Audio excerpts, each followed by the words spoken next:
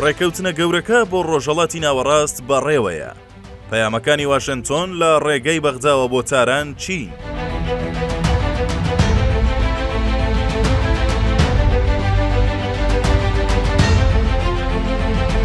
ماوەیەکە شاندەکانی واشنتۆن یەک لە دوای یەک سەردانی بەغدا و وڵاتانی دیکەی کەنتاو دەکەن و جانتاکانیان پڕە لە پەیامی ڕانەگەیەندرا و لە ڕێگەیە وڵاتانەوە دەیانەوێت بیان گەێنن بە تاران. ئەمەش بە ئامانجی ڕێککەوتنە گەورەکەی نێوان واشنتۆن و تاران بۆ داڕشتنی نەخشەی داهاتووی ڕۆژهەڵاتی ناوەڕاست کە لانی کەم ئەو ڕێککەوتنە گرنتی سەقامگیری 50 ساڵی داهاتووی ناوچەکە بکات. سەرچاوە عێراقیەکان ڕاستەوخۆ و ناڕاستەوخۆ باس لەوە دەکەن کە جوڵەیەکی ڕانەگەیەندراوی شاندە ئەمریکیەکان لە واشنتۆنەوە بۆ بەغدا هەیە. هاوکات چەند شاندێکی دیکەش لە وڵاتانی کەنزاوە بۆ گەیاندنی پەیامەکانی ئەمریکا و دیدگای ئیدارەی نوێی کۆشکی سپی بۆ ئایندەی ڕۆژهەڵاتی ناوەڕاست گەیشتون کە لانی کەم دەیانەوێت گرنتی 50 ساڵی داهاتووی ناوچەکە بکرێت.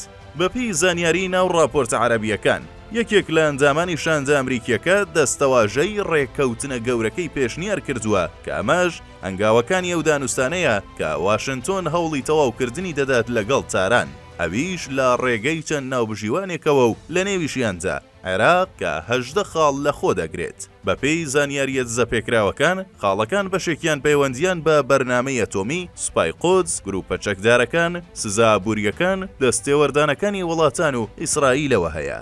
سەرچاوەکان ئاماژەیان بۆ ئەوە کردووە کە ترامپ بڕیار دەدات هێزی ئەمریکا لە ڕۆژهەڵاتی ناوەڕاستدا نەمێنێت. ئەمەش بە ئەنجامدانی ڕێککەوتنێکی هەمەلایەنە لەگەڵ تاران کە ڕەنگە لانیکام نیو سەدا کۆتایی بە گرژیەکان بهێنێت و نیگەرانی هاوپەیمانەکەی بڕەوێنێتەوە. ئەمەش وەک ئاماژەیەک بۆ تەلەبیب دێتە ئەژمار.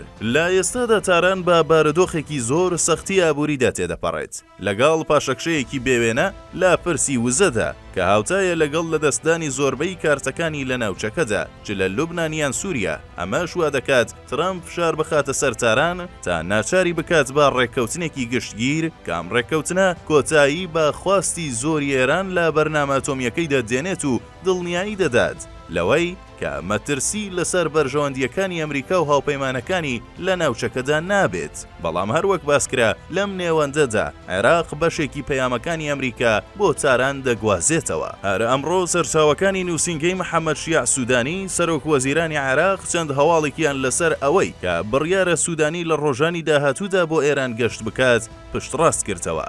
بڕیار وایە کە سوودانی لەم ڕۆژانەدا گەشتێک بۆ ئێران بکات و لەگەڵ مەسعود پزیشکیان سەرۆک کۆماری ئێران و گرنگتر لەوەش لەگەڵ عەلی خامنەیی ڕێبەری ڕژێمی ئێران کۆ دەبێتەوە. هەرچۆنێک بێت ڕێککەوتنێکی گەورە لە ڕۆژهەڵاتی ناوەڕاستدا بەڕێگاوەیە و سوودانی بە جانتایەکی قورسەوە پەیامەکانی ئەمریکا بە دەسەڵاتدارانی ئێران دەگەیەنێت و دەبێت چاوەڕوانی ئەوە بکرێت کە ڕژێمی ئێران وەڵامی چی دەبێت.